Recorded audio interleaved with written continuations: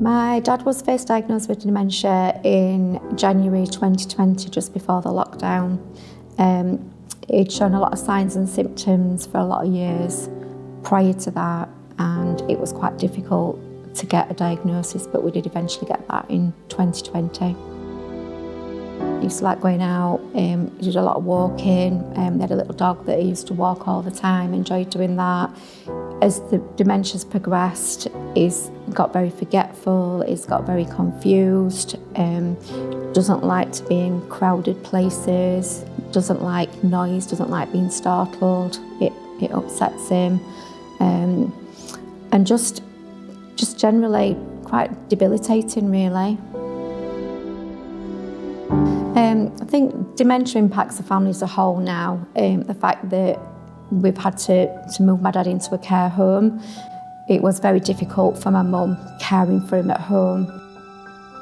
He's falling a lot more, his mobility's decreasing, he's having a lot more sort of chest infections which lead to pneumonia, so it's just not nice watching that happen to somebody that you love.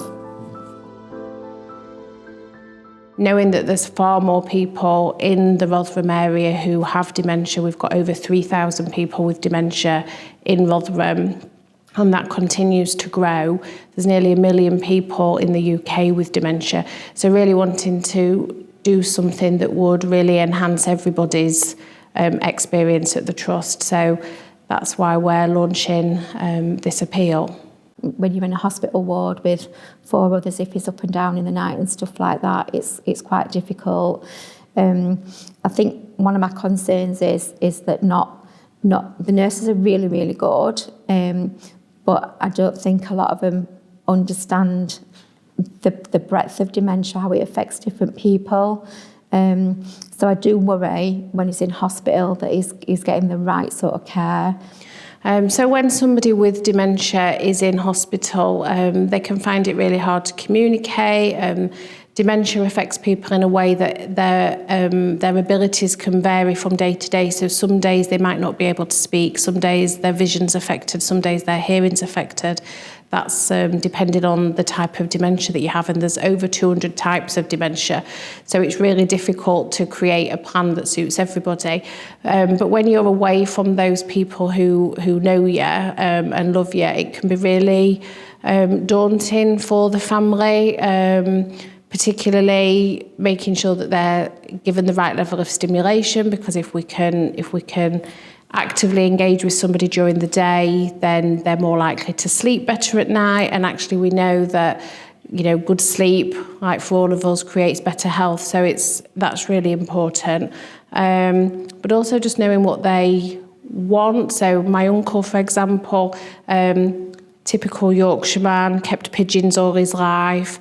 So actually somebody who could just mention pigeons or talk about pigeons, even if he wasn't able to communicate back, really settled him, knowing that the pigeons were being fed, as an example. So we would often say that. And that's why, as a trust, we've been looking at the reminiscence interactive therapy technology.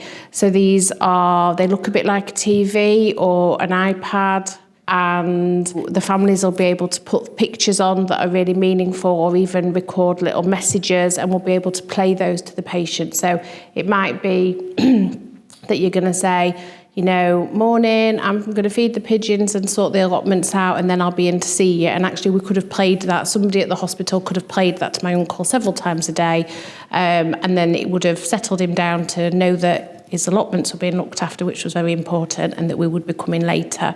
And that's what we want to try and do for everybody.